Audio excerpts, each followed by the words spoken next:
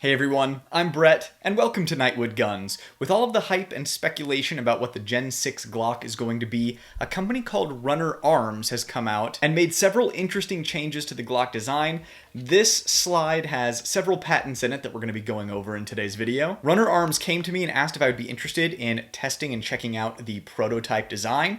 And I hadn't seen anyone really talk about RunnerArms before, so I figured it would be an interesting exclusive to have on the channel. RunnerArms' philosophy is function first, and that is very clear in the design of the slide assembly. Instead of taking a Gen 3 Glock and just adding a bunch of cosmetic features to it, there are actual functional changes in this gun that I think are interesting and worth checking out. So to explain what it is a Gen 3 compatible 4140 steel slide with a DLC finish. In fact, it's the exact same DLC finish that Staccato uses. So, you can even just tell by the appearance, it looks exactly like a Staccato finish. So first of all, the most obvious feature is that you no longer need to pull the trigger in order to disassemble your Glock. So where the back plate would normally go is the rotate to clear firing pin system. With one moving part, the lock, the firing pin is rotated and tucked into a cavity within the slide to allow a no-trigger actuation disassembly. The lock and backplate assembly is designed and tested to withstand greater than 50 pounds of force. The standard firing pin spring is rated at about 6 pounds, so definitely over-engineered, which is a good thing. And while we're in here, you can see that the firing pin channel is open. So this increases the likelihood of the system functioning if the firing pin channel gets flooded. So for those of you who do a lot of underwater shooting, this could be an interesting feature to have. So that is the patented part in the slide assembly. The other parts are really cool, and they're currently patent pending. So next up is the extractor spring capture pocket. This eliminates the extractor depressor plunger and its associated extractor depressor plunger hole. This allows for full-length mounting screws and the deepest possible optic cut. In fact, the optic cut is so deep that the bottom of the optic cut is tangent to the firing pin spacer sleeve. This depth of cut provides for factory height sight co-witnessing with most optics, including the Trijicon RMR HD that's currently on the gun. You can see how deep this cut gets. This is only made possible because of the way the internals of the slide were redesigned. RunnerArms also poked a bunch of screw holes in the slide in order to direct mount several optic configurations like the RMR, RMSC, HoloSun SCS, and HoloSun K pattern optics, and they're working on even more configurations that you'll be able to mount. Now, if you haven't noticed, the extractor spring is exposed. It's a distinctive mandible look, but if you want to keep dirt, grime, mud out of that spring, they're currently working on a spring enclosing kit that will cover that up. Next up is the extra rotation extractor system. So the firing pin safety's extra rotation nub allows for more than 10 degrees of extractor rotation while still confining the firing pin safety within the slide. That means the extra rotation nub eliminates the extractor rotation limiting function, which is normally required in order to constrain the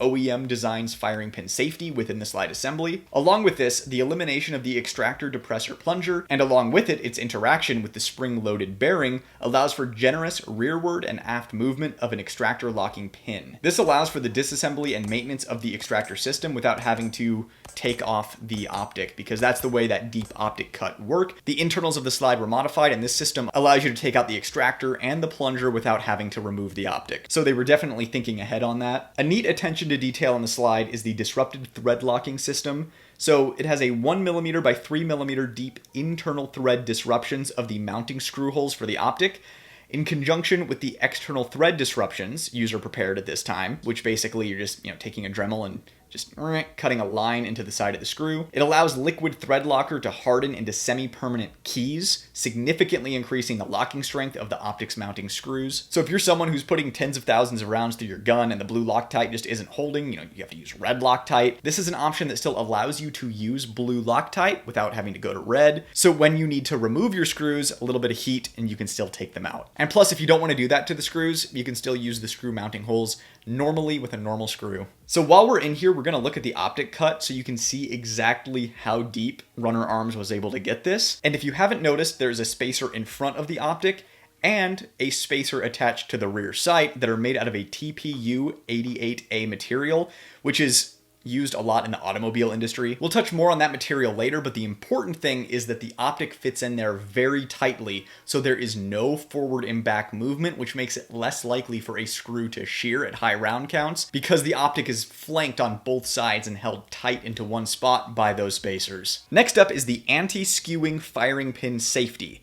So the anti-skewing tab of the firing pin safety reduces and eliminates outward skewing of the trigger bar's bird head during trigger actuation, significantly decreasing or eliminating altogether trigger creep. Since tolerances can vary on Glock trigger systems, this makes sure the trigger bar is not bowing out as you're pulling the trigger, maybe rubbing the side of the frame. It just keeps everything in line so that the whole system is pulling directly to the rear to get rid of any kind of creakiness or creep in the actual trigger press itself. Pretty cool little design. RunnerArms is also working on a standalone Gen 3 and 4 slide compatible version of the anti-skewing firing pin safety.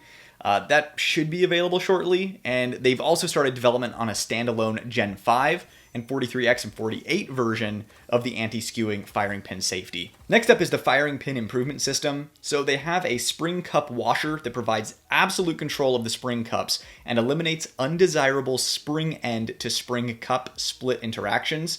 Sleeve washers allow adjustment of trigger pull weight, so this is pretty cool. You can either add or remove these little sleeve washers in order to adjust your trigger pull. And they also told me they're working on a standalone drop-in firing pin improvement system, which eliminates the channel liner, and that again should be available pretty shortly here. And finally, we get to talk about the sights, and this is one of the things that I thought was the coolest feature. So the easy install sight system allows for future front sights to index properly via a blind hole in the bottom of the front sight body, and this will interface with an alignment peg and an alignment groove. And you can see that alignment line on the top of the slide.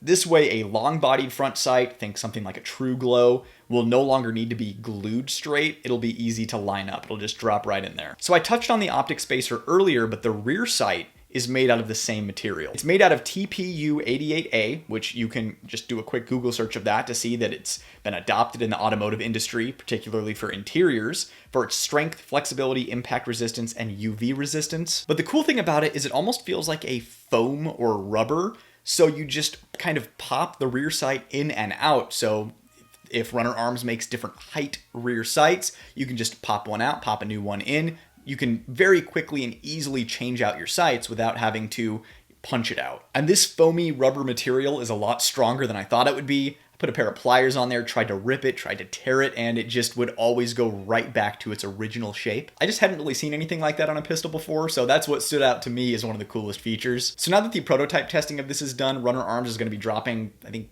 350 of these slides with the patent pending mark on them, and they're going to be moving those at cost pretty much. After those are gone, when they continue production, they're going to get a lot more expensive. Now, I just want to say I have no stake in this company whatsoever. I don't really care if you check them out, but I was offered to test out the prototype, and it was an interesting experience that I thought I would share. But if it's something that interests you, definitely check out RunnerArms. I think they are up and coming in the industry and worth keeping an eye on. It's just cool, especially with the Gen 6 on the horizon, to see what other companies continue to do to innovate on this timeless design. If you enjoyed today's video or have enjoyed videos of mine in the past, make sure you are subscribed to the channel. That's the best thing you can do to support things around here. Other than that, hit that like, thumbs up button, drop a comment down below. That helps more than you know. I'd love to hear what you think of the RunnerArms Glock slide or other videos you'd like to see in the future. This is your chance to chime in down below. And a big thanks to my patrons over on Patreon. I just got 2 more videos demonetized, so your support over there really makes a difference. If you would like to financially support the channel, the links in the description below are the place to be. I hope you enjoyed today's video, everyone. It was great seeing you again, and I'll see you in the next video. I'm Brett, and this was Nightwood Guns. Nightwood out.